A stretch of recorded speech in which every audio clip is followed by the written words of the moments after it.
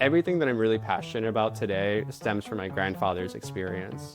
You really are able to understand the importance of a relationship dynamic in a family. You're also able to see people grieve while someone's alive.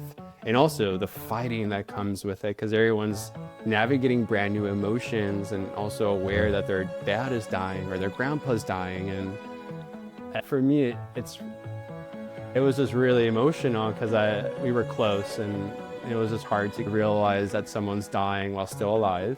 And with that, you're watching your parents just like, they didn't have resources, they didn't have therapy like we have today, they didn't have mental health apps, they didn't have the calmer headspaces for relaxation. Like my parents like had to take that suffrage and try to figure out how to push through while raising kids in Chicago and not in the best environment for quite a while. It starts with just taking that leap. Man, you have to work hard. You have to be incredibly smart. Choose something that even if it fails, you are going to be proud of it. Doesn't matter how badly you got beaten in battle. Be kind, be kind, be kind. Become a better person, a better leader, the better business. Go with your gut. I'm Samuel Donner, and this is Finding Founders. So, can you say your full name and 3 or 4 sentences about who you are and what you do? Yeah, hey everyone, I'm Omar. I'm the founder of Kinnect. We help people save their memories in generational storybooks, either digital or physical. Amazing. And like you had a long journey to get here from like Division I athlete, working like closely with Nike, to a lot of hardships, personal loss, leading everything to what you're doing today, which is one of the coolest and most like empathetic companies that I've come across recently. So it's really cool to see the journey of what got you to this point and then how you want the impact to be and to grow. But let's start at the beginning. Can you tell me about being born and raised in Chicago? Yeah, so I was born in like proper Chicago, and this is like in the 90s. So in a time like Chicago where it is now, which is feeling a bit more safer, but Chicago is notoriously known around the country as like one of the most dangerous cities to be. Why is it so dangerous? Oh, and I can exactly jump into that. Where I was growing up, though it felt very family on the block, it was still surrounded by a lot of gang violence. So the issue with that is all the kids and all the parents is trying to like have fun, be outside when they can, up until 5 or 6 p.m. And I kid you not, it's like this invisible bell that goes off across the entire neighborhood, where at that point, all the kids had to go back inside. And the reason for that is we started to see like drive-bys, gang activity in the alleys, like a lot of spray painting, and I won't get into it, but there's a lot of details of the variety of gang violence that was happening in Chicago. Growing up in Chicago was a bit difficult for me, especially at that point. My parents came in from Puerto Rico, so they moved onto the mainland, as we call it, and they were escaping Puerto Rico's own problems. So for them, it was really prominent as a kid that your parents are trying to create a better environment for themselves and their kids, but they also have all this fearness of what they saw, what they were growing up in Puerto Rico. What were they dealing with in Puerto Rico? What made them come to the mainland? So Puerto Rico, unfortunately, has had so many long systematic issues with representation in the government. So you would see even as early as 3 or 4 years ago, a lot of problems going on with mismanagement of money, closing down of schools, a lot of gang violence as well. At that point in the 90s and 80s, also a lot of drug influence. And unfortunately, our family was actually caught up in it. One of my mom's siblings, he recently was let out of prison, but he was in prison for I'm 33, about 32 years, and related to drug violence and drug distribution in Puerto Rico. Yeah, so it's like your family left the drug violence in Puerto Rico, which I imagine maybe was even worse than Chicago, but still, like Chicago was also not good, but maybe more opportunities in Chicago than Puerto Rico, even if you had similar threats around you. As a kid, often our parents insulate us from these kinds of things and like the difficulties of the outside world, but that barrier or that obfuscation is not, it's not always perfect. I'm curious, like, what were your first encounters with the reality of being surrounded by gang violence in Chicago? Oh, I have this very core memory, and it's one that sometimes can be viewed as very sad, but now that I'm an adult and I really think about that memory and why it's so impactful to me, it's just like a reflection of how I used to view the world. I had my parents lived like in this like a three-floor building. So you would go into the first room, then you go upstairs, and that's where all the kids were. And we had two bedrooms there. My sisters and then my brother and I shared another room. In my brother and I's room, we had this bedroom closet that we would walk into. So it was a walk-in closet. And Yeah. I remember like walking into the closet, the clothes are on your left side, so you're brushing against the shirts, the jackets, the things.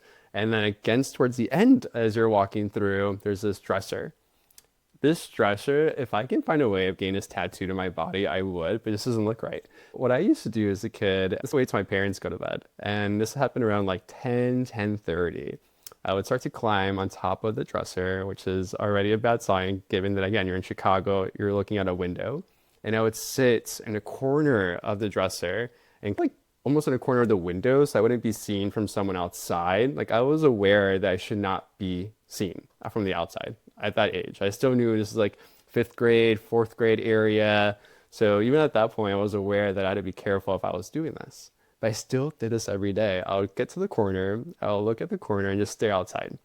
And unfortunately, at that point, you're watching these people cross the streets with guns in their hands. You would just hear gunfires in a neighborhood. You would see a lot of cars speeding through.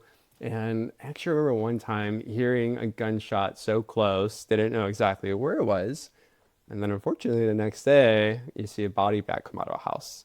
In terms of the proximity, this is across the street from me. Yeah. And it was so scary because as a kid, you're intimidated, of course, you know what's going on, but you're not able to fully put the dots together of what exactly you're seeing and then hearing. But at that point, I knew that I heard something so close to the house that I immediately got down and went downstairs to wake up the parents. Wow. Wow.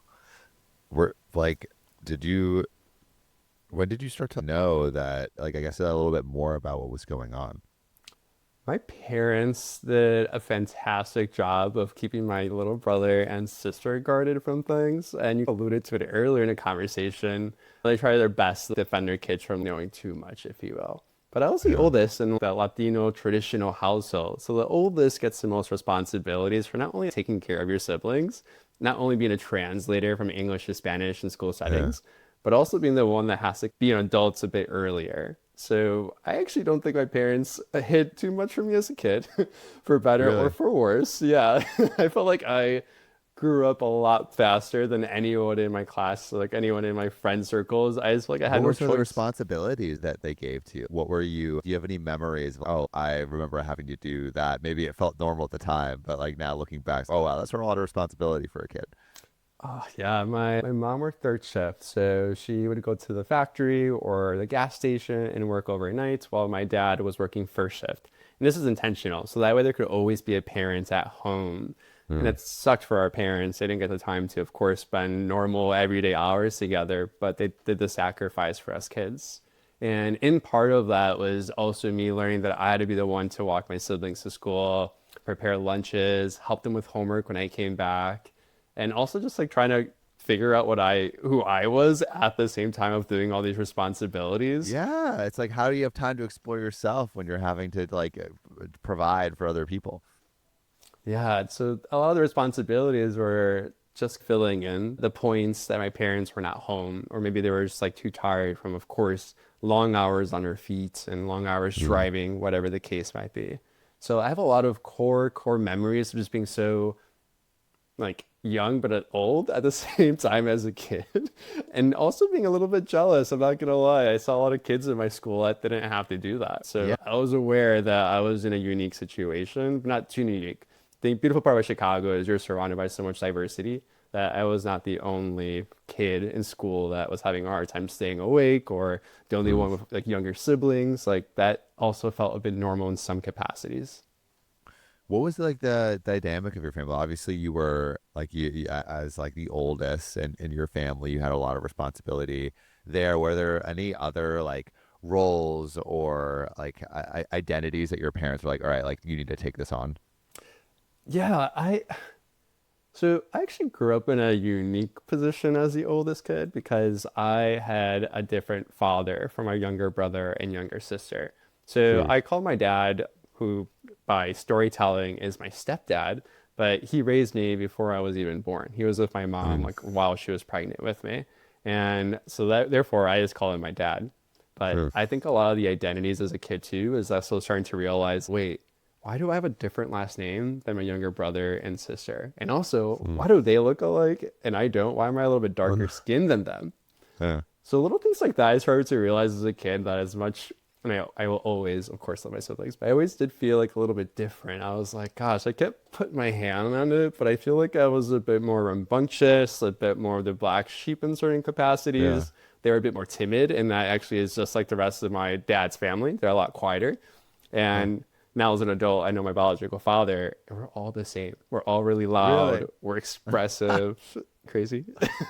That's so interesting. But yeah, I think the identities for me was just like picking up that I was being raised in a Puerto Rican household. I was aware that the cultures that my parents were teaching us really put us in these bubbles, if you will. Like I would go to the Puerto Rican neighborhoods for food and shopping, and only in those areas, 'cause that's where my parents also felt safe. At that time, discrimination, it still is, but at that time higher, discrimination was so high, and people assumed that my parents were like immigrants from other countries. US citizenship applies to Puerto Ricans.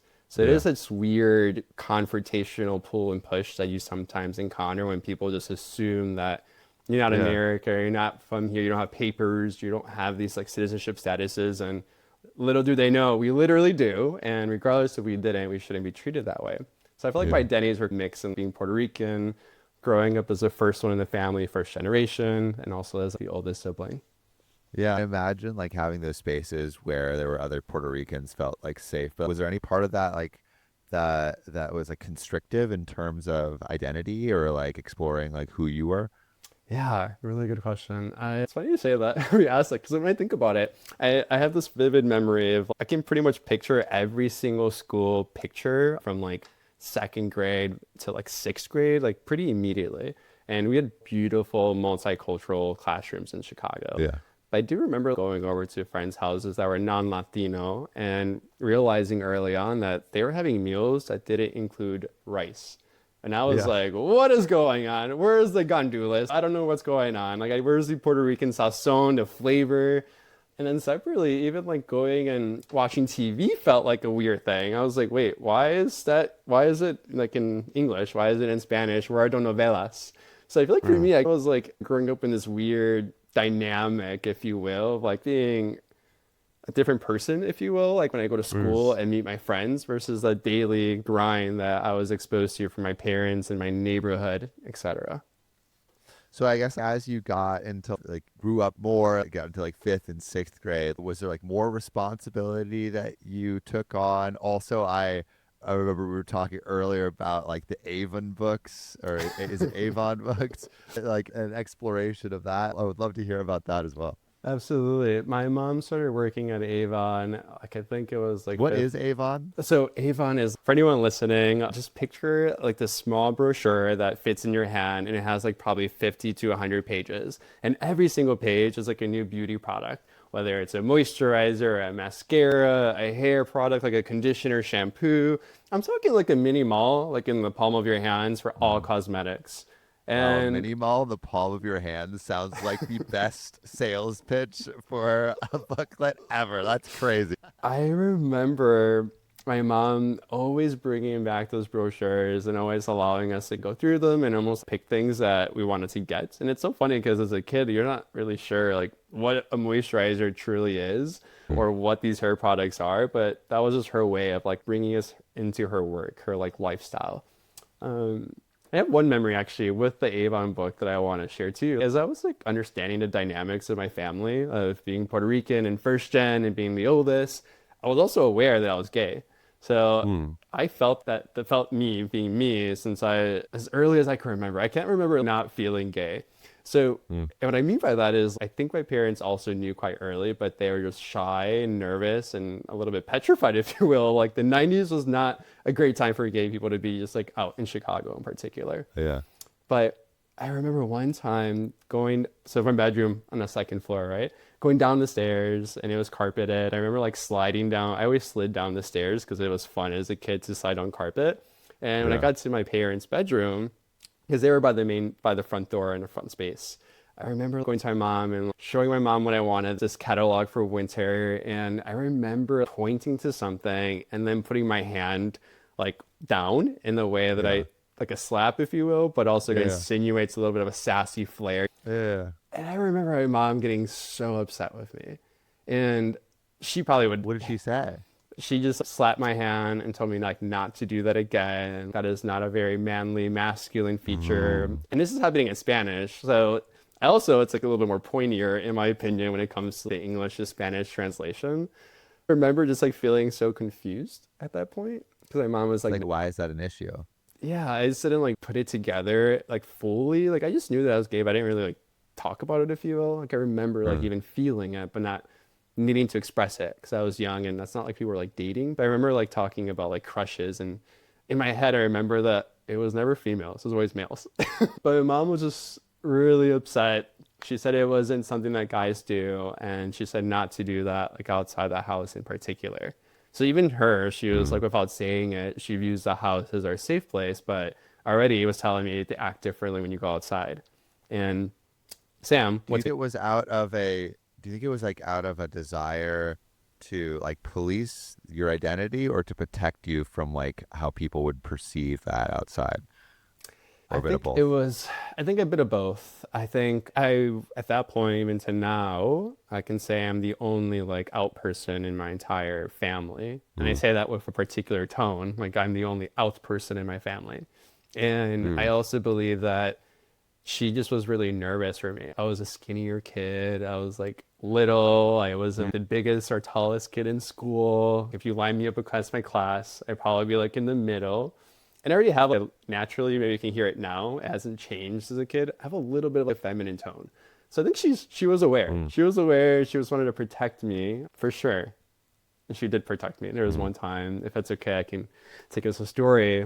I remember getting bullied in a bus and I was going to school, and it was like from my house to the school, so like a 12-minute ride. Someone hit me and I went home and told my parents, and like the next day my mom was on that bus. So in terms of knowing if my mom cared or was protective, I never had to question it. But she was very nervous for me to be gay. So as you got like older, how I'm curious, like again, like taking those threads of being responsible for your younger siblings, like navigating being gay and in Chicago at this time and this and maybe a more hyper masculine culture as you went towards high school, like how did like how you thought about yourself and the world change? Yeah, I think I was a very sad kid internally. I think if you look at pictures or talk to my parents or family members, you would say, "Oh, Omar's quite happy, quite expressive, etc." But I always knew that I felt different. I felt different because I had a different last name, and I knew that my biological father was nearby, but I had no relation to him or my siblings on his side. And at the same time, I'm navigating like growing up really fast as a kid, like other first generation Latinos, having to figure out like how to balance the translation from going to the doctor or going to talk to your school teachers. And I remember going to a teacher and having to translate to my mom when I was getting in trouble. And that was like a unique thing, going to like your teachers, here's what you did wrong, now tell your mom. And then to tell my mom what I did I'll wrong. translate. She says I'm doing a great job in school, all A. So there was a lot of moments where my identity was just, I was a bit sad. I think I felt confused. I felt a bit alienated by the biological side. I also just felt like I didn't get to have the same like experience as I started watching like Boy Meets World on Disney Channel or other TV shows that I was watching, where you're seeing like these like happier lives, and they tend to be like Caucasian kids at that time. And I just remember being like, that seems like an easier place. Like their mom's at home, they're like always there, they're together at dinner. So I think I felt a little bit of sadness, but at the same time, I was hyper aware of the grits that my parents had. It was very obvious. I never questioned if my parents were working hard. It was very clear to me. I want to go next to your grandfather and your relationship with him. Yeah, and I apologize to anyone listening. Sam knows I get a little bit emotional sometimes when I talk about my grandpa. My grandma and my grandpa visited every single summer, and honestly, whenever they could just afford to come from Puerto Rico to the mainland, they would. So I just have so many beautiful core memories of my grandparents every summer. And I have specific memories of my grandpa and all the kids. There's brother and sister and I, so four of us. And we were like in this inflatable pool in the backyard. And why I remember it in a really unique way is because all of us had shirts on. I have no idea why. Hmm. I have no idea if we were like body conscious as kids, but I remember all these memories of like my brother and I fighting each other, and then my grandpa pulling us apart with our t-shirts. So it's in my head, it's always there. But he was special. He held the Puerto Rican legacy. He knew everything in terms of like our cousins I'd never met, our great grandparents. He just had all this information in him. And as a kid, you get to ask all these stories like, how was raising mom in Puerto Rico? Like, how was she like? How was raising six other kids in Puerto Rico in a 2-bedroom or 3-bedroom house, like a one flat, like so small. And he unfortunately was diagnosed with Alzheimer's early. So we started to see a change in my grandfather. This very bubbly person, very dynamic person, very kind person started to fade in a capacity.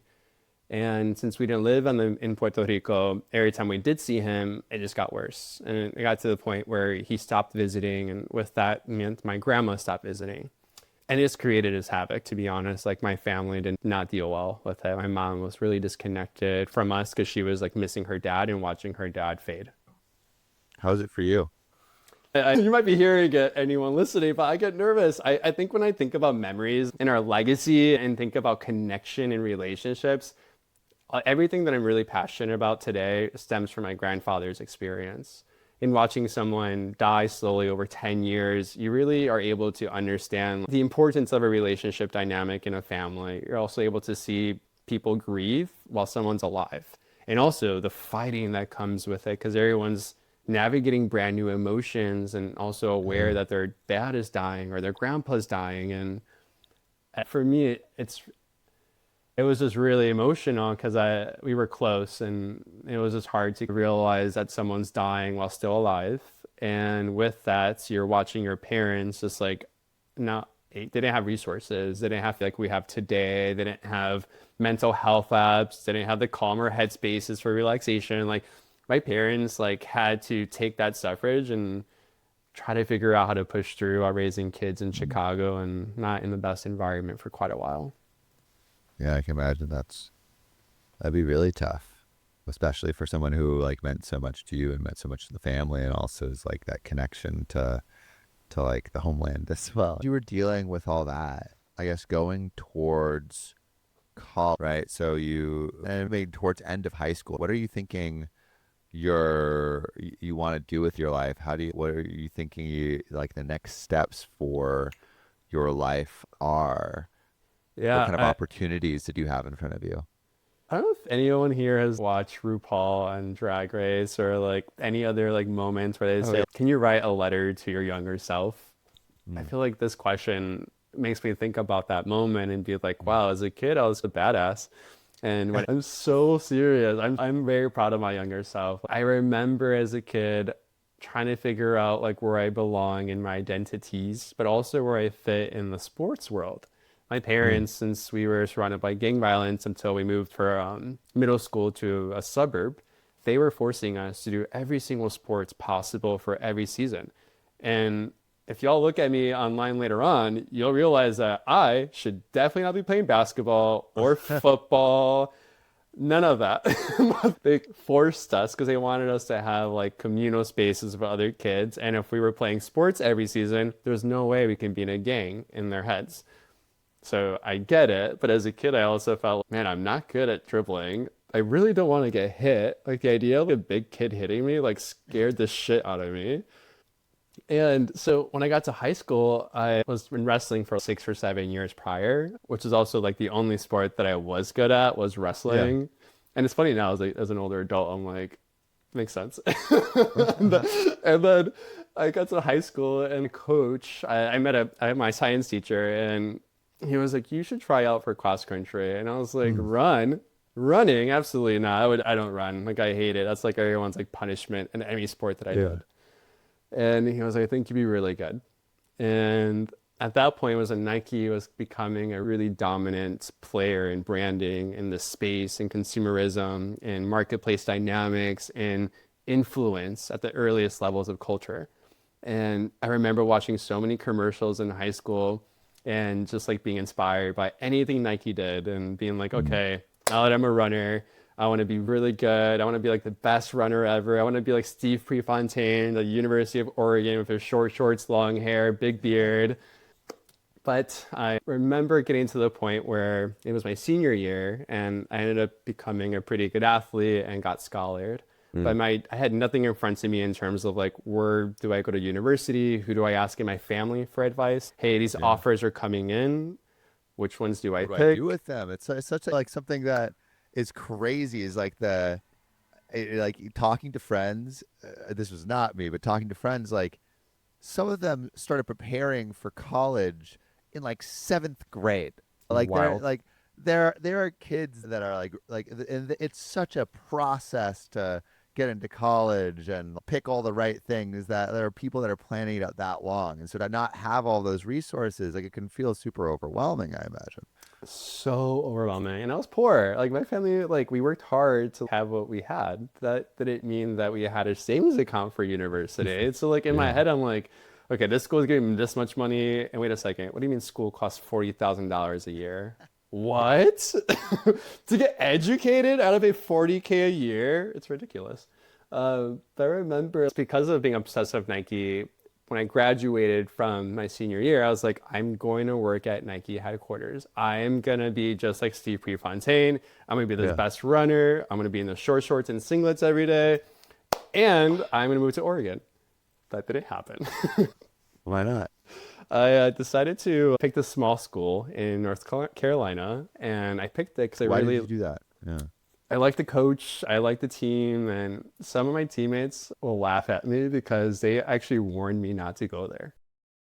I think they knew that I was gay, and I didn't tell them that I was gay, but they knew. They're like, we don't know if you're gonna really fit in. You should really consider if this is the right university for you. And that's not the first time I've heard that, like in general in my life. So I heard that and I was like, it's because I'm moving from Illinois, Chicago to North Carolina, specifically this small town called Bowie's Creek, which is like 45 minutes away from Chapel Hill and that whole triangle area of like these really top schools. But in my head, I was like, they have an amazing running program.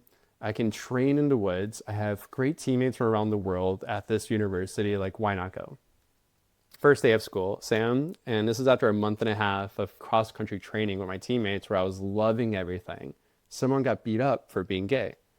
And I was actually planning on coming out to my teammates a week later and decided to stay in a closet the rest of the year. And midway through the year, I already started making paperwork to transfer to a different university in Chicago.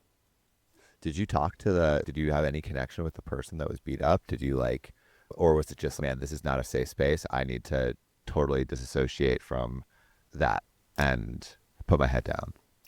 Yeah, I put my head down. I had one moment in high school where I was in a relationship with one of my teammates quietly on and off, and it got out. And I remember having to deny it, but also losing friends in the process. Like one of my best friends that I was just like 2 blocks away living by befriended me, or sorry, disengaged with me. And not just him, it was like a community of other guys where we would meet up every single week, 2 to 3 times a week to do homework together, do normal high school things. I'm not kidding. Start wrestling and fighting each other because guys play. I don't know. Yeah.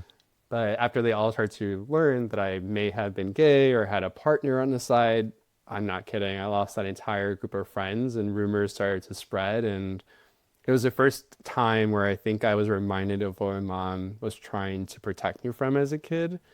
So in college, to your question, no, I didn't seek out this kid. I regret now not going to check in on this person. I regret not standing up for this environment, but I was also scared because I was in these hyper masculine sports environments. Like I would go to the locker room and the biggest dudes from football are in there, the biggest dudes from wrestling are in there. And I was like, I can't get beat up out there. I'll get beat up in the locker room and it's going to be worse.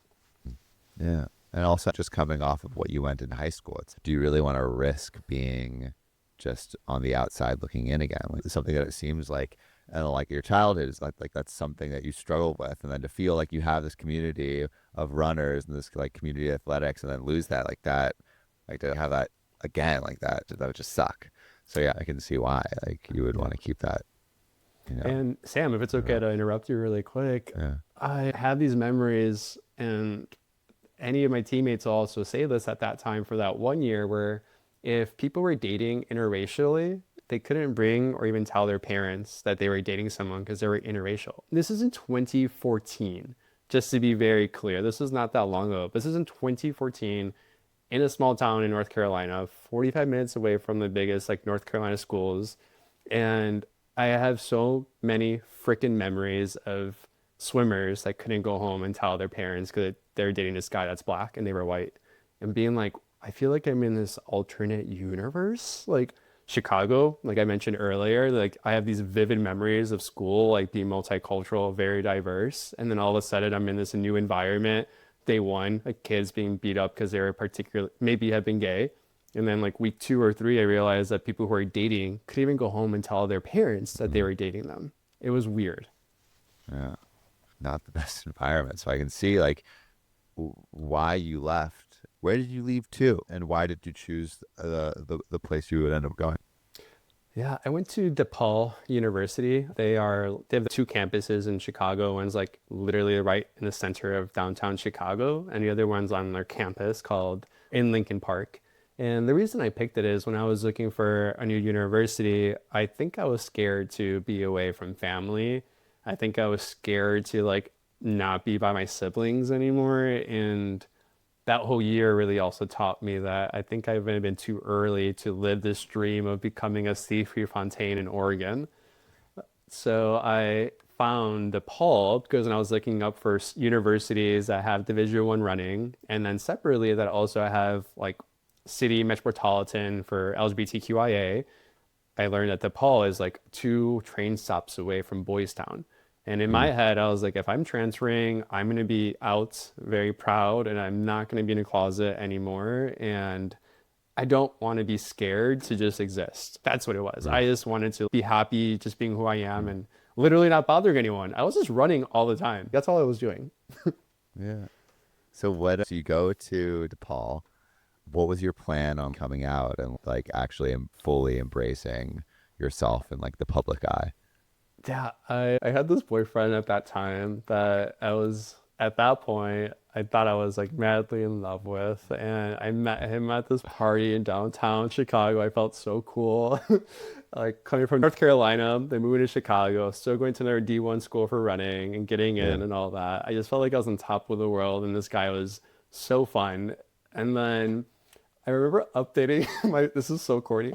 So anyone that's like younger or Gen Z, don't make fun of me, but I remember updating my Facebook status and put in a relationship with, and then Sam, I didn't put his name. I just said in a relationship with who knows who, right?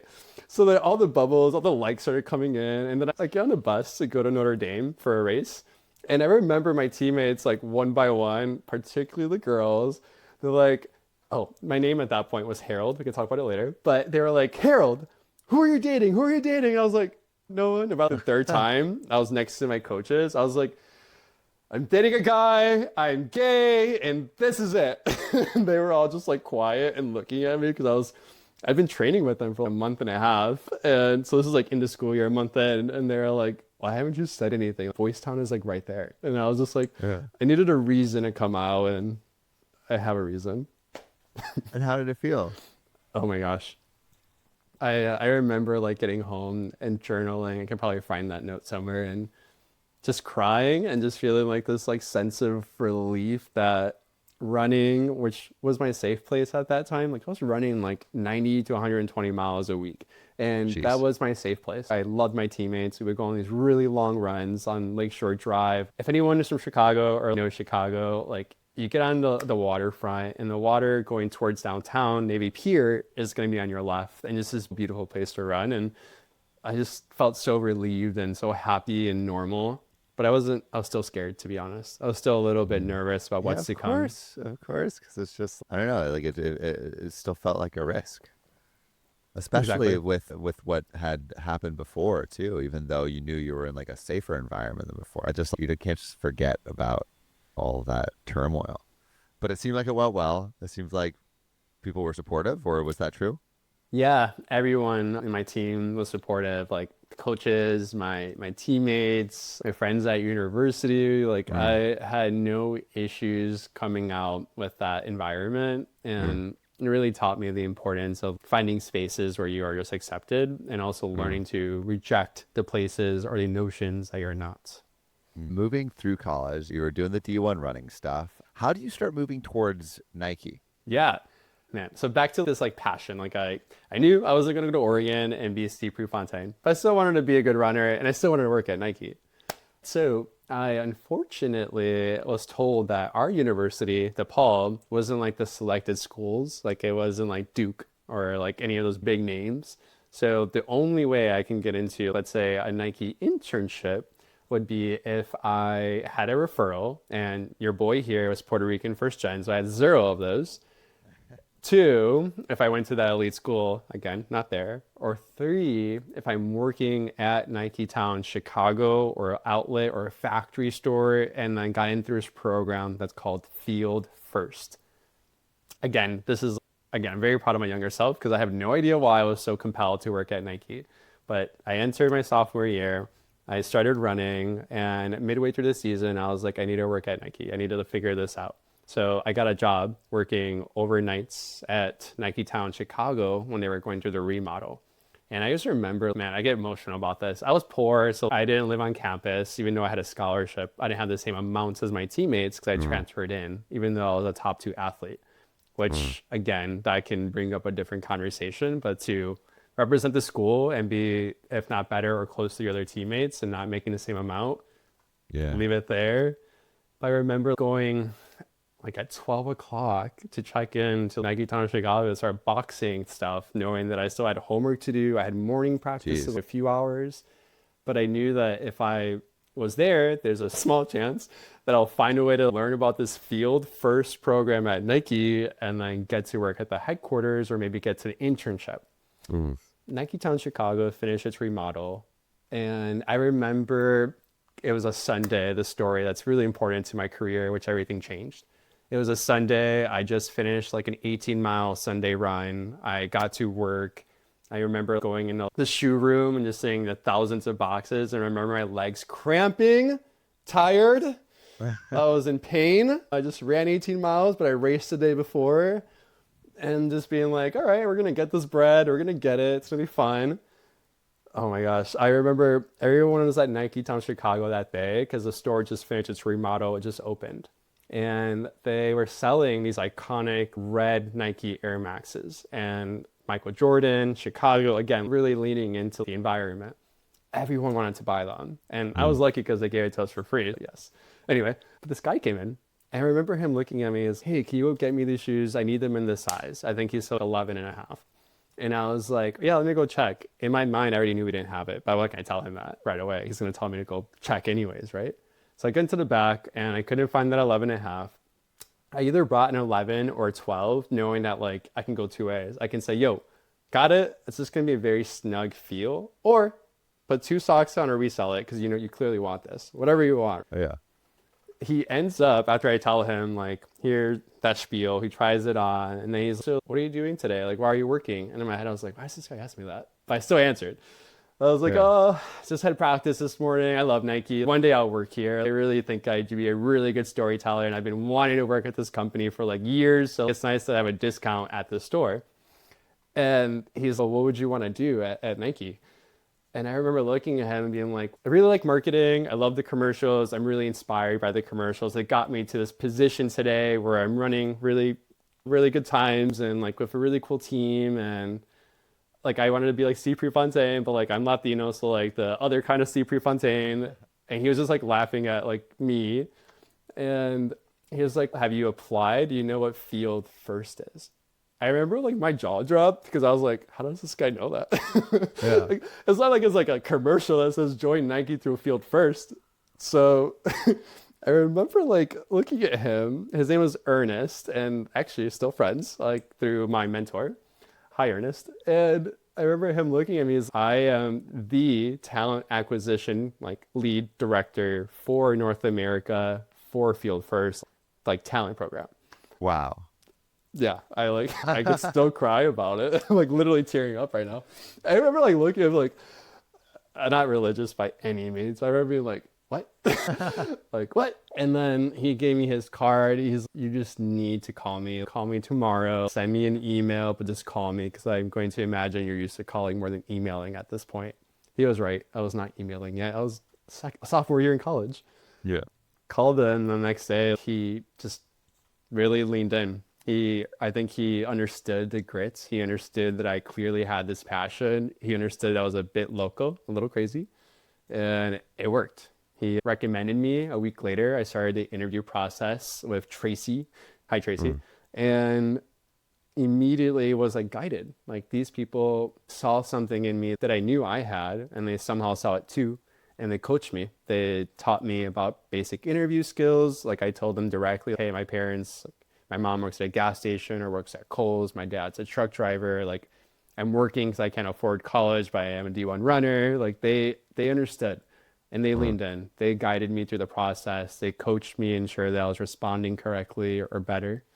And then I got the internship and my life changed. My life immediately changed. I got the intern in 2013. What year did you get the internship? 2013, you said? Yeah, 2013 in the summer. So it was nice because I had a good year to pretty much get ready for it, if you will.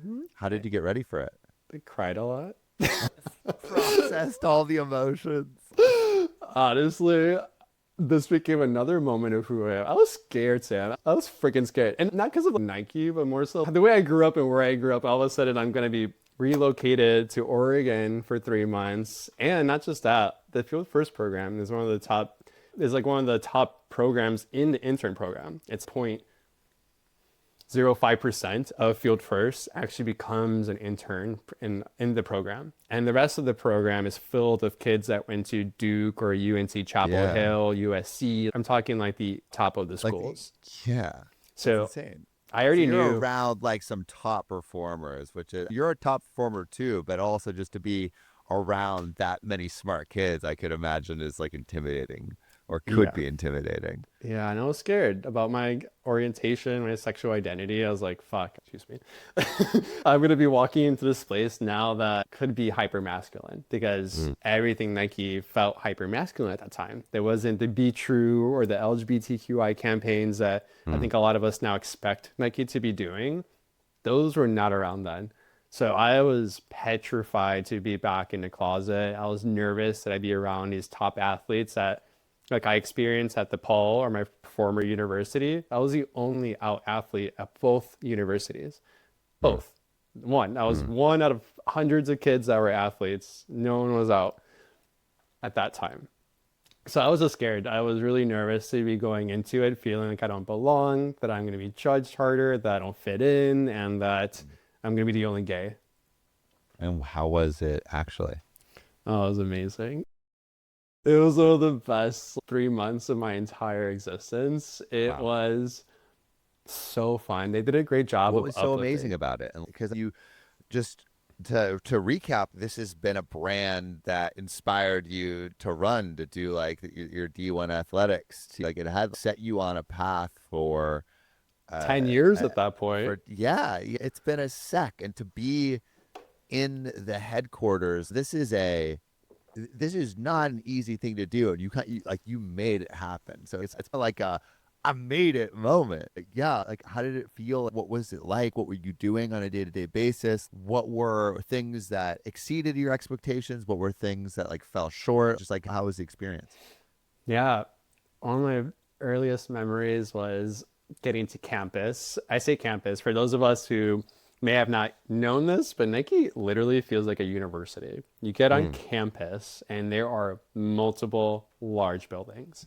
And in the center of these buildings can be like a pond or ocean, basically. Not ocean, sorry, pond. Not an ocean. That'd be crazy. Damn, Nike's huge. The bombardment went off. Just kidding. And it was like these ponds, and it was just so fun because I felt like you're in this university presence, but with all these adults, like adults everywhere. You had a barber shop. You had like multiple cafeterias. You had Olympic-sized pools. You had rock climbing gyms. You had 3 different spaces of fields to do activities during work. Now you can literally finish a meeting and go work out and go back. That's pretty cool. I'm And looking at like the $1 billion headquarters tour right now, and it is beautiful. It looks futuristic too. It's crazy looking. And also yeah, to be surrounded by all that history too, and like the greats that have gone through Nike, like I imagine very inspiring place. yeah. I walked up to the Michael Jordan building, and again, not religious, but I was like, wait a second. I'm gonna be working in the Michael Jordan building, a Chicago boy in the Michael Jordan Yeah. building as like my first job, and all the buildings I could have worked in, they put me in Michael Jordan. Crazy. It was that I remember like walking up to the building and seeing MJ, like a beautiful statue, and just seeing it like just all glass windows, and you get inside and you go through security, and again, like you said, legacy quotes, lots of pictures, like sports memorabilia everywhere.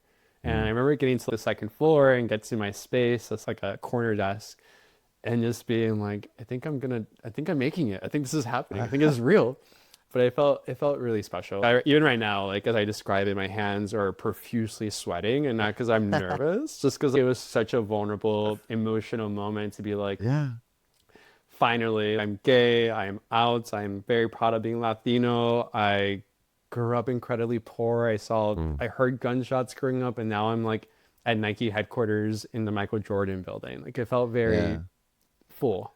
And something I think that's like interesting about it is like almost every step that you took towards being your most authentic self felt like a step towards exactly what you wanted to do in the world. Or like it's like as you embrace more parts of who you are, more parts of your identity, as you do the things that are closer and closer to the work you do, it like that it's like a positive feedback loop where the world gives you back a little bit more of that as you're doing it. And it's Yeah. cool to see that unfolding as you embrace more of yourself and more parts of yourself.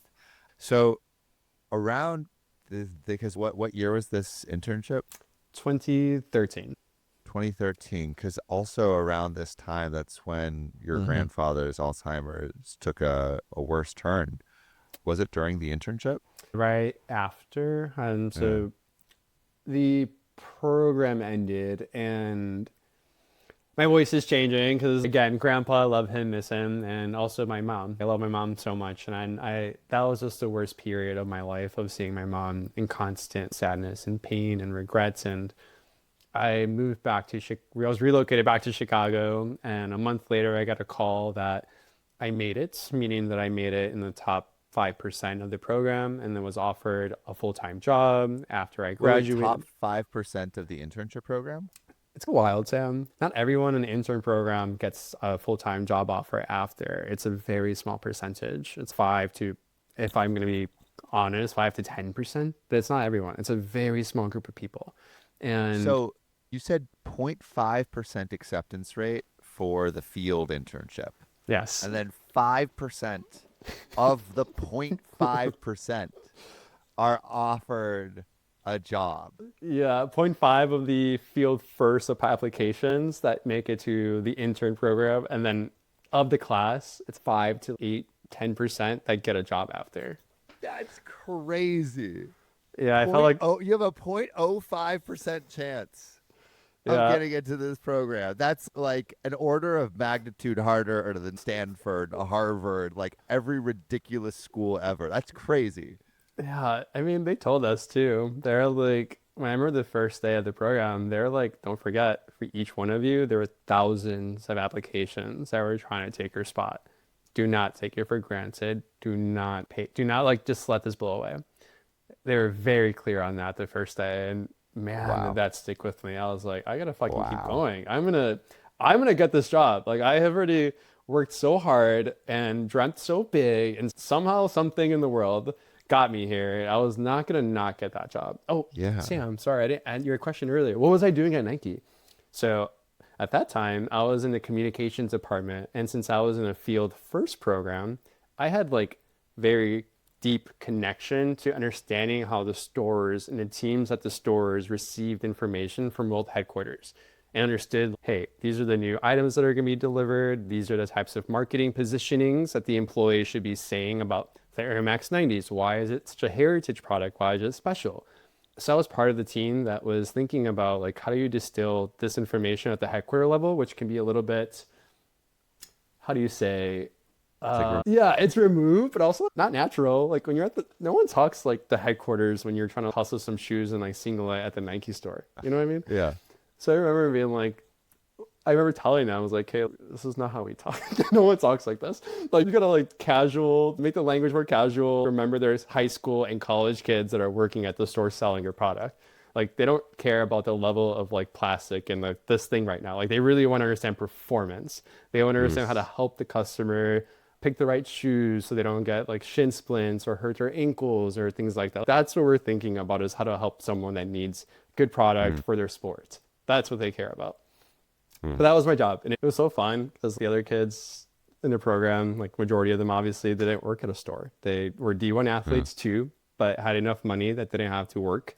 So it was a very different level of like product knowledge that I had, and also experience and actually having multiple jobs until I got to Nike, where a lot of my peers, that was their first job. Also, fun fact, I also worked in a Nike store in Australia when I was in college. It was way. really fun. Yeah. What did you do? Where did you work? I worked at the Melbourne store, and I sold shoes. Yeah. Were It was you ever super doing the gait analysis or seeing how people would hit the treadmill? No, I didn't do that. I just was like, your foot looks like a size 11. And then I would be like, all right, I was not a runner at that point. So I didn't do all the fancy stuff, but did sell the shoes. But going back, so again, like, program sounds absolutely incredible, insane. Like, how lucky, and I mean, and how much you work to like get that position, like amazing. But again, like around the same time as you were finishing up, your grandfather was having issues, and I'm curious, like, when did that start, and how did you deal with it? So when I mentioned that a month after I got the call that I got the job, I remember my parents, like all of us, were crying because I think we were all just so proud of their efforts, of how they raised me and like what they taught me in grit and just taught me to keep going and whatnot. And for me too, of all the sacrifices I did, from like the normal party adventure, if you will, or thinking about being in the closet for so many years, or being scared of being beat up, things like that. My grandpa was getting worse. And it was very obvious that this was it. Like this period, this year, these like next 6 months to 8 months, it would be it. I remember my mom the day after was just super emotional that she was aware that I was not going to be around anymore, and that I was going to be moving to Oregon, and I'm the firstborn. And I remember just her being really emotional about, you already were gone the first year of college and you came back, and I was able to come home and help my mom with her navigating the feelings, or helping my dad when my mom was going back to the island to go take care of her mom and then my grandpa. And I just remember it just being a really hard pill to swallow, of like how proud they were, but also how sad they were that like I'm about to maybe not be here when my grandpa dies. That didn't happen. I was at home when my grandpa died, and man, I think after working at Nike and understanding the power of storytelling at a very young level, a junior level, but understanding that's the reason I wanted to work there, I started really becoming obsessed at that point with relationship dynamics and understanding legacy and understanding what is a story that my grandpa wants to tell. A few years prior to this moment, before he got to this point, he was trying to save his memories, but there was literally no product around, which is shocking given that how many people die every day. And there's nothing around that allowed him to capture his stories, his Puerto Rican history, our stories that we wanted to learn later on, like nothing. And when we found products that could help him, they were either too expensive, and I'm talking like a proper interview could be anywhere from $5,000 to $25,000, or services that were saying they were for families of all types, but then they didn't have an option for anything but English. So at that time, I also started to be hyper aware of what the word inclusivity and diversity is, and when people say they're for all families, maybe who they think all families are and not who is actually part of families in the US. And yeah, my grandpa died, and fast forward to this part, like my mom, just like anyone, I imagine if I was in her position, I would lose it too. is really emotional. It was really painful. Her siblings were all over the country in the States, and same thing, like they all flew in, and it was just a mess. Like understanding grieving cycles, understanding like what to do next. My grandma didn't want to leave the small home that she had in rural Puerto Rico. She literally lives in the same house that she raised my parents today. But man, it was painful. It was really painful to have someone that basically pseudo raised you every summer and was always so excited to see you, to pick you up, to spin you and say in Spanish that they love you and that they miss you all the time and they're proud of you, and all the things your grandparents, of course, say or do if they're good grandparents. And to realize that was gone. I already knew it was gone in college because he wasn't in the right capacity, but it really felt, damn, this is it. This is my first time as an adult, from seeing a body bag as a kid that meant at that point nothing to me because I didn't know that person, to realizing, wait, my grandpa's in a body bag somewhere and now he's being transported somewhere. So this idea and fascination with life and death really started around 2012 and 2013, 14. Yeah. When you say that fascination, what does that mean? I feel like I'm laughing because I think now that I'm building Kinnect, it all makes sense. But as a kid, I was like in this headspace of almost like being here, but almost trying to reconnect with, and I'm not religious and I'm not that spiritual either, but I almost like remember as a kid, like searching for it. I remember like thinking about, can I feel the presence of others around me? Can I understand what it means to be alive or dead? Why is it that when you fall asleep, you just wake up all of a sudden and then you're like alive, but you were just out for 8 hours? How does that work? I don't really understand that dynamic. I just remember being so obsessed with those little details of like, how does this work? How does our brains just turn off, turn on, and where does it all go? And Wi-Fi, how does Wi-Fi work? Like little things like that. Like I was just thinking about it. Yeah. So you were having more fascination with that. Obviously, like super hard time for your family. And when all of this is happening, also you have just one of the biggest opportunities of your life happening as well. As you're like pursuing the Nike path, like how does that develop further? Because I imagine that you still went forward with that, right? Yeah, it was so in 2014, right when I was getting ready to like sign all the deals from Nike of like relocation packages and hey, like you're gonna move on this day from Chicago to Portland forever, quote unquote.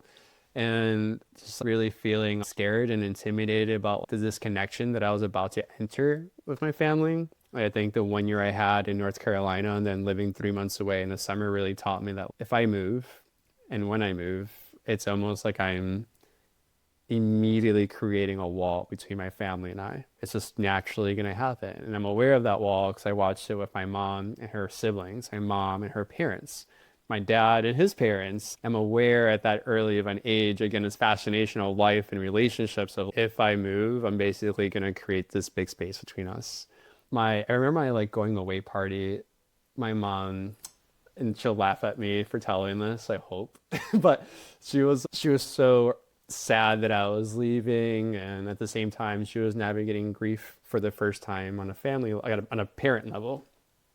And like she had a little too much of drinking and celebrating, and then I helped her upstairs like a good son. And I just remember my mom like just telling me how proud she is and how nervous she is for me, but to keep strong. And my papa is always watching over us, and don't forget the sacrifices that he did for her and she did for me. This idea of generational impact is really cemented in my mind at that point because of my parents and the way they always said, your great grandpa did this, and that's why your grandpa did this, and this is why we're doing this.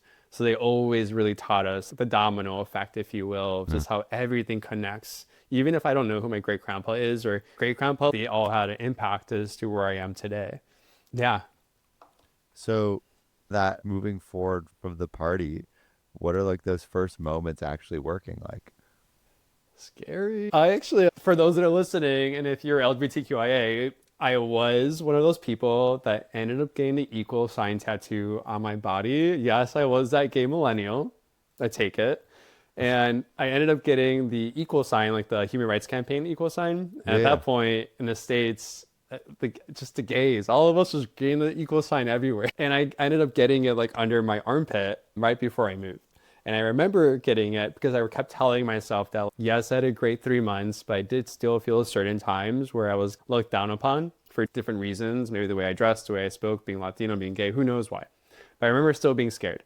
And I also remember like the things that got me to this position. And it's all like you said earlier, it's because I started accepting my identities and I started accepting who I was, but I was still scared. So I got the equal sign tattooed underneath my armpit. So that way I could always remember if I had to present a different way, I'm still gay on the inside. I know, corny. But I remember getting to the campus and just feeling like a wave of relief. Like I made it finally. I have a salary. I have my own health insurance. I had to pay my own cell phone because my mom kicked me off, but I could afford it.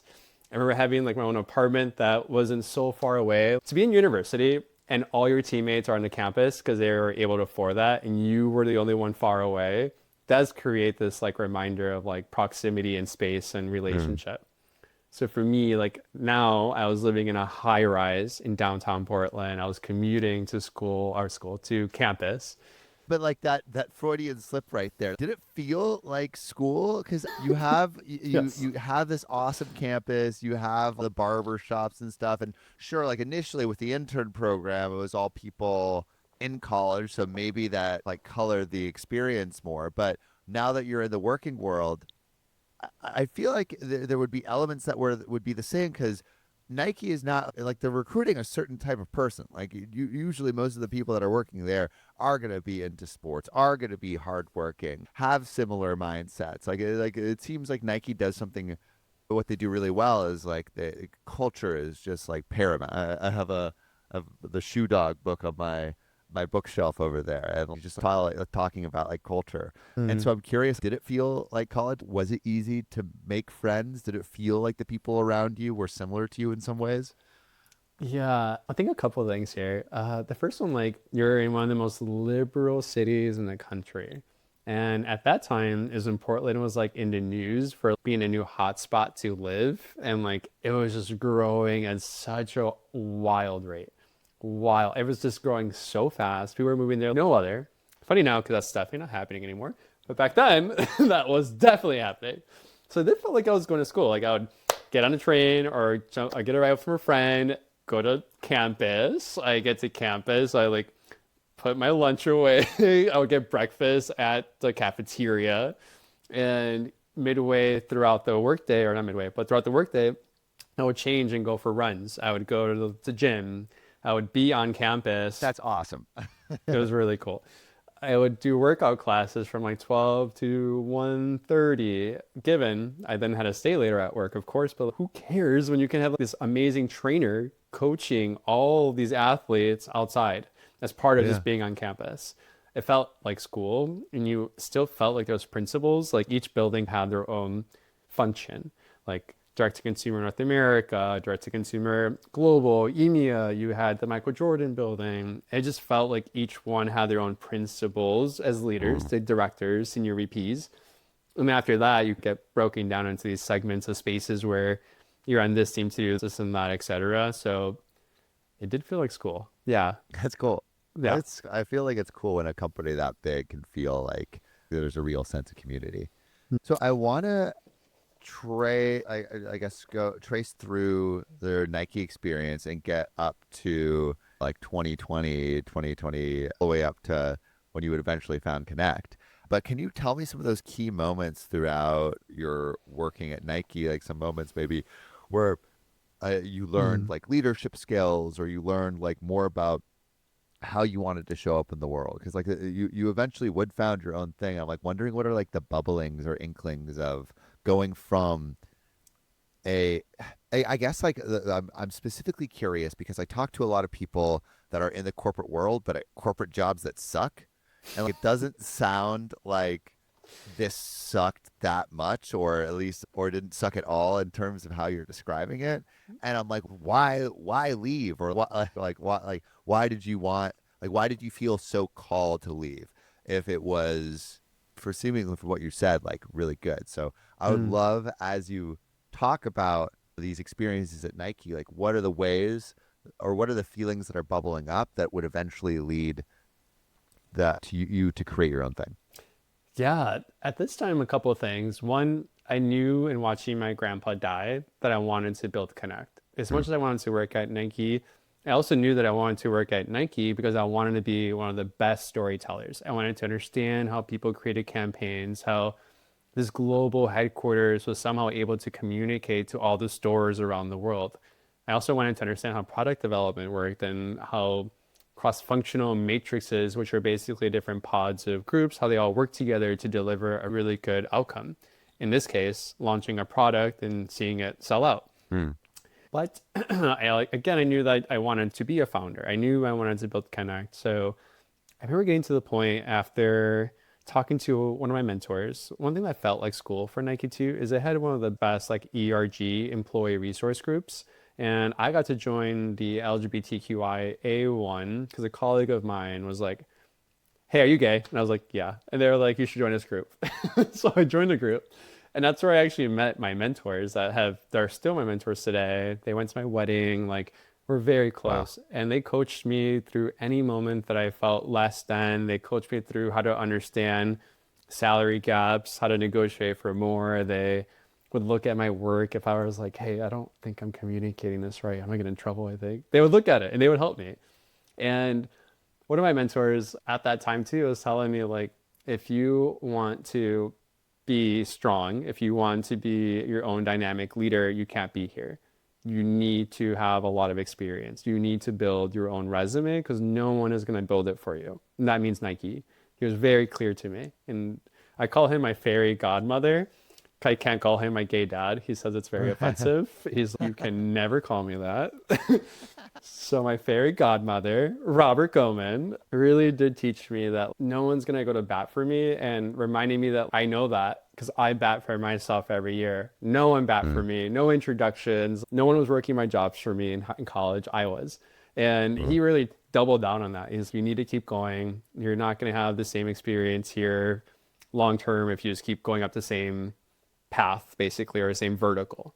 And so at that time, this gets wild.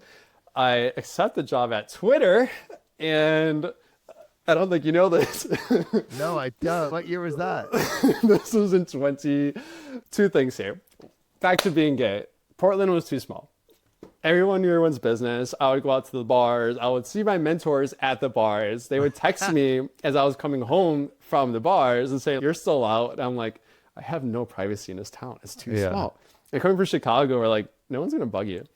But here, I just remember leaving one of the gay clubs on this really busy street and still looking down at my phone and getting my mentor saying, "Nice shoes." And I'm like, damn it. So I remember being like, I need to go live somewhere gayer, somewhere bigger. And also I want to be like a place that isn't always raining. Portland was a drag for that. It was always freaking raining. I got an offer from Twitter. It paid me like $30K more was the offer. It was going to move me into tech when Twitter was like seemingly doing good, keyword seemingly. And I had money at that time to be like, I'm about to get a raise. I'm going to go to San Francisco. I'm going to have this money. So I flew my friends out from Chicago and had them come in. And then my other friend from Portland, I combined them and we drove from Portland down to San Francisco. We stopped at Crater Lake. We took lots of pictures. I remember my hair was like dyed, like very strong bleach, super gay. And I remember like we were just like sharing every single like hotel, motel room because we're not like rich, we're like young and we're like, we can handle it. Okay, this is the crazy part. This is wild. So I was going to start work on a Tuesday at Twitter. And I just got to my new apartment with a roommate that I never met. I just met him through Facebook when I posted I was moving to San Francisco. Does anybody know someone that lives in San Francisco for roommates? I know no one. Someone's, my old babysitter now has a connection there. And he's this guy there. He's amazing, blah, blah, blah. FaceTimed him. And within 10 minutes, we said, sure, we'll sign a lease together. Straight guy, white guy. I was just like, here we go. My friends and I, it was 5 to 1 queen bed. So we get to my new apartment. 5 of us are sharing a queen bed. 5 of us in a mix of genders. And at this point too, like I'll say we were partying that I was like gonna start working at Twitter and making 30K more. So like I was gonna show up to work on the first day a little hungover. Sorry about it. And I remember getting a call that Tuesday morning. And I was like, why? Who's calling me at San Francisco hour at like 8:20 in the morning? I pick up the phone and I leave the bed because all of us are in there. Yeah. I like left. And my room was also like the size of a shoebox. So when I say queen bed and 5 people, I literally meant like the bed was a room and all 5 of us were on the bed. Yeah. And I leave and go in the kitchen. I pick up the call and it was HR from Twitter. And I was like, in my head, I was like, I have yet to do anything wrong. Yet to do anything wrong. And then they're like, this is this person's name. And then we have on your line this person who is going to be my boss. And again, this is Tuesday. So like I should be getting ready for work. And I was slowly. And then they were like, so today in the news, we're going to have our first ever large layoff. And you were included. And I was like, what? What do you mean? They're like, and this is, if anyone can really remember, minus Gen Z, Twitter at a point, like in the beginning of this period in 2015, was starting to have these massive layoffs. I'm talking 25%, 30%, those big numbers. And I remember that was a big deal because everyone's Twitter's seemingly doing well. I just left Nike thinking that was going to be a good idea. Yeah. And I remember thinking, I was like, am I hungover? Am I high? What's going on here? Something's not right. And they were like, you were included in a 25% reduction, layoff, whatever. And I was just quiet. And then the lady just kept talking and the boss jumped in and was like, we're so sorry. We obviously had no idea until of recent, but we couldn't tell you from legal reasons not to move here after you blah, blah, blah. And I'm like, so y'all knew that I just left that company and I'm here in San Francisco and you knew for a little bit of time? I was pissed. I remember being like, the Puerto Rican side came out. I remember getting so mad. But at the same time, I couldn't even call my mom. I couldn't tell anyone. I was so embarrassed to be like, before I set a foot in the corporate building of Twitter headquarters, I got let go. What? What? Do you at least get severance or something? Or yeah, in my head, I'm also spinning. So I was like, I literally have no savings account. Like I do, but not enough to live in San Francisco. And like my parents, they can't afford that for me. I was just like, I'm about to go bankrupt. I'm about to do some crazy stuff for money. I don't know what's going to happen. But they were like, we're going to give you 3.5 months of severance. So that's not bad. That's not bad. And like I had to live month to month of those 3 months, like in my head, but I may have in general. And I remember like when I hung up the phone, I'm just going to be really honest, y'all. I was really failing here. Bad decisions. My mom the whole time before I left, she's like, this is a bad idea. You've been wanting to work here forever. And I'll tell her, I was like, Mom, I want to build this company, blah, blah, blah. Bad idea. This is Nike. Your family is going to be so sad that they're going to lose all their discounts. And I was like, got it. I'm still going to take this tech job. I need to learn how to be in tech. I want to build a tech company. Yeah, because you had this idea bubbling for the app that you wanted to create. Nike, I imagine there is opportunity for software, but it's not like what it's known for in the same way Twitter is. Yeah, like now, amazing. They had like all the cool things for digital tech because they hired really strong people. But like at that point, that wasn't their like focus. So what did you do? Are you like, Nike, please take me back, please, for the love of God? I went to the local dispensary and got a joint. It's like my dog for the longest city walk ever in my life. I think I walked with my dog Milo for 10 hours and I've actually only went to San Francisco once with a girlfriend for a weekend before. So I actually did not know San Francisco at all. So in my head, I'm like, I can get a job. I've been through worse. I've seen worse things happen in my life. I'm going to be fine. I'm just going to enjoy a month of just like taking a break, if you will. And it was wild. I'm not going to lie. It was wild to be like, I can't tell my parents or anyone that I got let go from Twitter because it felt so embarrassing. Even though I did nothing wrong, I felt so embarrassed. Anyways, fast forward, I ended up getting a job at Levi's at their headquarters location in San Francisco and was able to work in digital innovation and lead like homepage testing, product merchandise, helping campaigns like Google by Levi's Jacquard, which became the first wearable like jacket that had technology infused into it, which is funny because there's so many things now, but that was like the first thing. And like launching like the NBA by Levi's collections. Like I did a lot of really impactful, really creative, really like strong digital testing things I Yeah. never did at Nike that I didn't have the capacity to do because it's different verticals. And it was so fun. I fell in love. I understood Yeah. that if you want to be the best in anything, you need to understand testing mechanisms. Like, how do you set up a proper test within email, your homepage, your web pages, like a full funnel all the way through. And you had so much traffic going to levi's.com that it was so freaking fun just to learn so many things. Like, fun fact, guys do not like the word bottoms when you're referring to their jeans. So if you go on their website, you're going to see like pants. You won't see bottoms. Interesting. The little tiny things that I guess add up to a lot when you have that much traffic. So you were at Levi's, you were getting like all this experience in the digital world. How I want to, if you could, you lead me up till 2023. Yeah. A former colleague at Nike became a director at Hilton headquarters. So I moved to Washington, D.C. and lived there for a year. And then just went to Hilton every day on a train. Moved back to San Francisco. I was dating my now husband. We were 1 year long distance.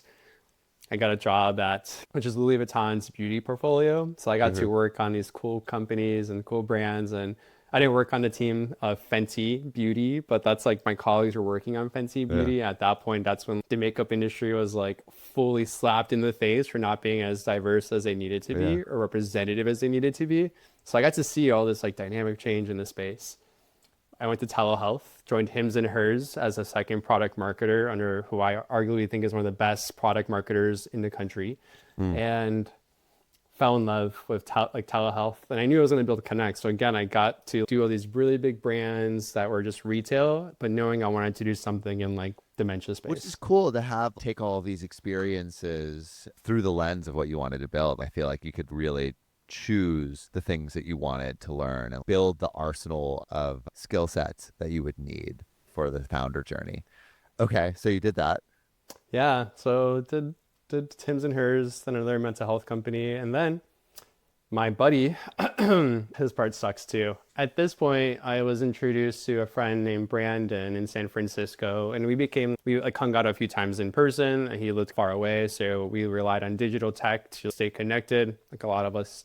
And we became like really good friends. Like I would confide in him in certain things and he would too. And when I would go to Seattle after he moved there, I would see him as well. And like he just became a good buddy, like a really good buddy, really strong, really positive guy. And he was married to Lauren and they were just like a very happy couple. And I get emotional here, as y'all can tell, so upcoming. And then when my husband and I got married, was in the process of Brandon like navigating his cancer journey and using social media to describe his like chemotherapy, his remissions, the ups and then downs, the things that man are just really hard to see at your age. We're the same age, just as he was 29 and 30, and you're watching someone exit the world slowly into a horrible disease, fuck cancer. And again, you're in this position of, he didn't know this, but I already was like journaling about Kinnect and building out in my head the wireframes of what it's going to look like and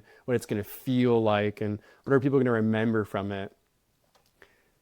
And fast forward, when I was in Patagonia, I told my husband, I think it's time that I pivot and start working on Kinnect. Brandon is giving me all these ideas. He also became the second person in my life that told me about, hey, do you know a place I can save my memories? Do you know a place I can leave messages behind?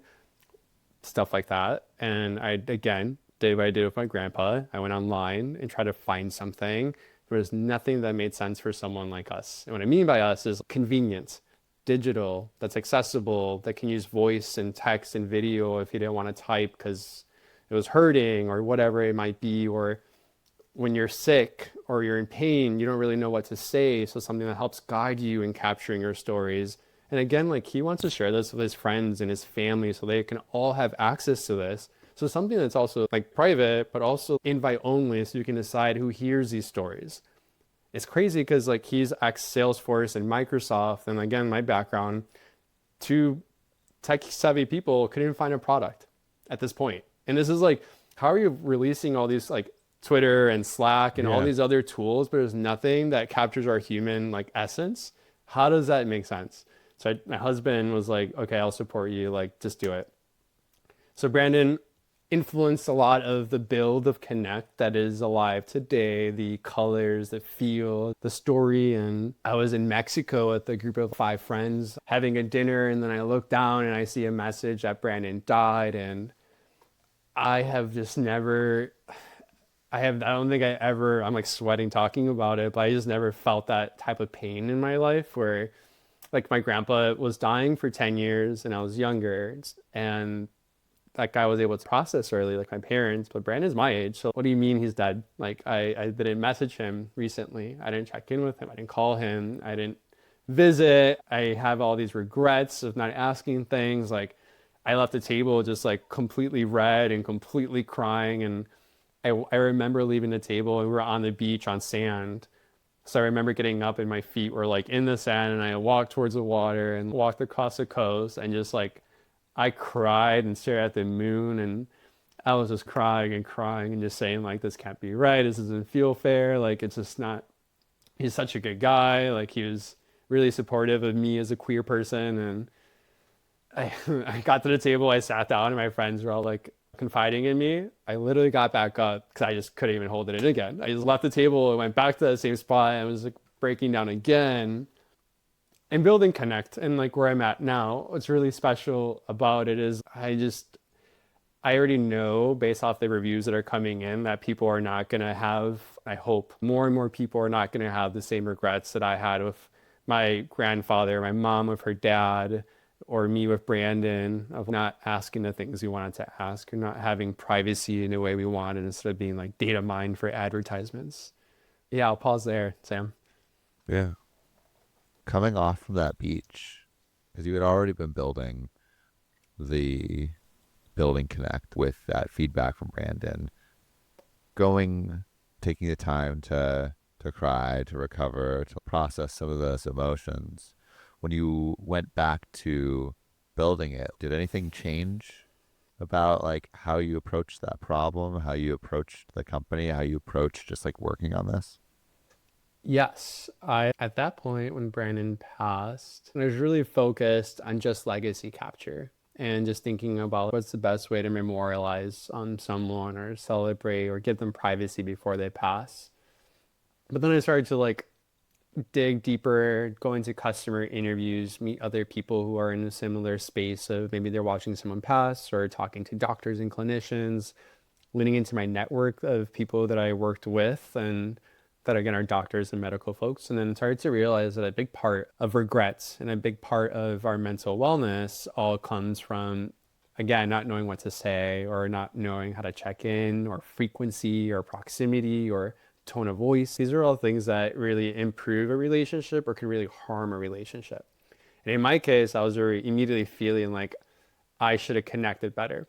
I should have asked these questions while I was connecting better.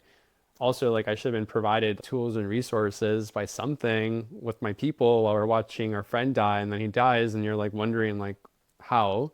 Yeah, Kinnect pivoted in a way where we started to realize that the best way for legacy capture and all parts of that is also creating a space that people want to connect in. So removing the negativities of echo chambers that we see in social media or face filters or free random liking of random profiles. Like your Instagram is almost like a LinkedIn without you knowing who's viewing your profile. And that's weird, right? Anyone can go on my profile on my Instagram and look at it and I won't be notified, but you'll get notified on your LinkedIn or your TikTok. So in my head, I already started to think about like, why are we so disconnected? Why do we have so many regrets? Why as a working professional am I nervous to ask my mom certain questions? So Kinnect has pivoted in a way to really think about the best way of legacy capture is to improve connection. And increasing connection and belonging is going to make a relationship dynamic and also reduce like the what ifs because you know what they are about the. Yeah. Something I was thinking about that, and it seems like the thing that you were just discussing is like you initially started, and I'm mostly repeating it just to fully understand. Let me know if this sounds right, but it's like you started with this idea of like, all right, like before someone dies, we want to capture who they are. But then it seems like you were like, oh, like, why do we have to wait for someone to die to capture who they are? Yeah, we're getting close to death. Like, why is everything so focused on now I'm in my 60s, now I should capture my life? What? Yeah. There's so much Yeah. life that you, Sam, are doing. I didn't realize you live in Australia, right? That's a chapter of your life. There's just segments of your life. And I think that's what I love is the fact that every day we're all creating like new versions of ourselves. And in reflection, like 2 years ago or 5 years ago, those are still a bunch of chapters of who we were, and parts of them are still parts of us now. All of us are navigating life together. We're all navigating the same thing. We're all getting older. We're watching our parents get older. It's getting hard to check in with friends and family if they're having kids. The thing about being a human is everyone gets to feel it, but we're not really celebrating the humanness of humans. We're not. We're adding so many weird layers to our social media capacities that don't actually drive connection. That's why so many of us are so lonely. And the reason why so many memories are lost is because no one wants to publicly just share these things. These are private family things. I shouldn't know your stuff, and you shouldn't know mine unless I share it with you. I give you that permission to check my stuff, then it's fine. But it's weird that we don't have these spaces for like our own families. So where is Kinnect today? Like, what are you most excited about? Like, what are some of the wins that you've had? Like, where are things today?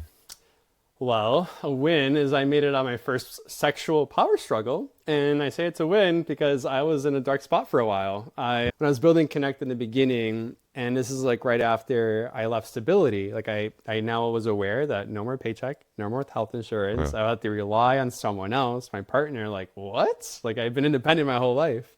Yeah. Yeah. And I started, oops, my head just stopped. What was the question that I was saying? We could definitely talk about the power struggle for sure. But the question is like, where are things today? Things today. Yeah. Right now my team and I are raising for our pre-seed round. We are in really healthy discussions with a few venture capitals. We were invested by 2 ventures pre-product.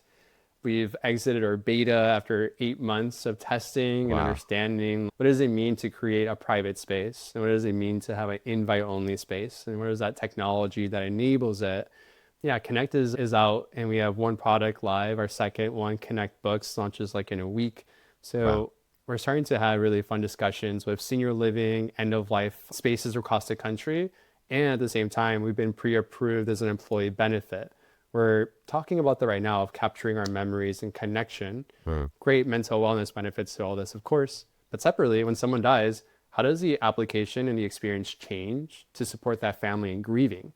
Grieving is one of the most painful experiences we're all going to have. And again, there's not that many good tools for it. You can't rely on TikTok or Facebook or Reddit to guide you in these things.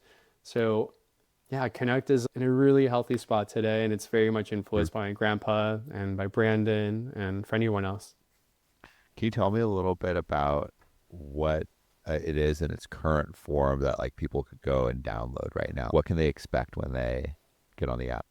Yeah, anyone that goes to the Apple Store and types in Kinnect.club, you're going to see us right there. You're going to download the app. I'm going to guide you through onboarding, reminding you that you should tell your story. And then B, when you go in, you can create these mini groups. And I say mini, you can create as many as you want. One for like your college friends, one for your family, one for the gas station attendant down the street that you really like whoever you want in these individual groups, you can create and invite them into. And once they're in there, you have your own digital space. This is where we start to share daily questions that change based off like frequency of what you like or don't like. And at the same time, there are also these digital storybooks that again guide a person through capturing your legacy in different organized ways. My 20s, millennial life, my partner, today. And these are just organized ways of driving deeper, meaningful connection.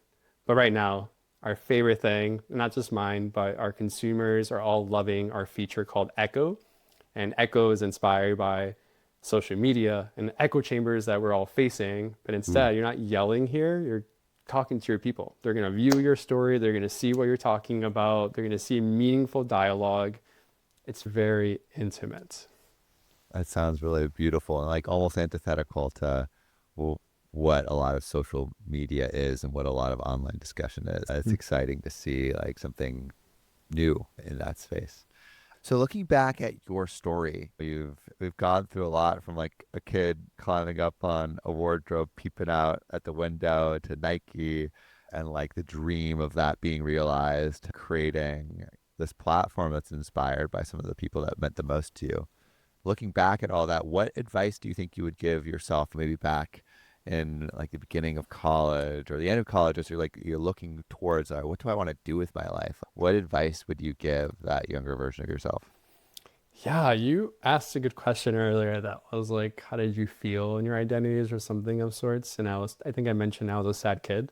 Like I was happy on the outside, but I think internally I always just felt that difference. Like whether it was my identities or not having my biological father or my siblings nearby, like I just felt different. If I can go back, I would really find a way to just make myself love myself more. For those of you who are not watching, I have a tattoo that says I love you on my right hand. And the reason I got this tattoo was in San Francisco, I was actually not feeling like myself or that I liked myself. I actually really felt like I hated who I was. So at that point, I sought out like mental health support and saw a therapist. And a big part of what they told me is put a post-it note on your mirrors when you're brushing your teeth. It's like a constant reminder of self-love. And I took it a step further. I was like, I rather look at my hand and while I brush my teeth, I can see that I love myself. So yeah, I would go back and encourage my younger self to like, I don't know, be proud of who he was at that time and to continue having the grit that I had, but I don't know, like just who I was. I think I just disliked who I was in a lot of capacities. I think that is great advice and I think a great place to end. Thank you so much for coming on.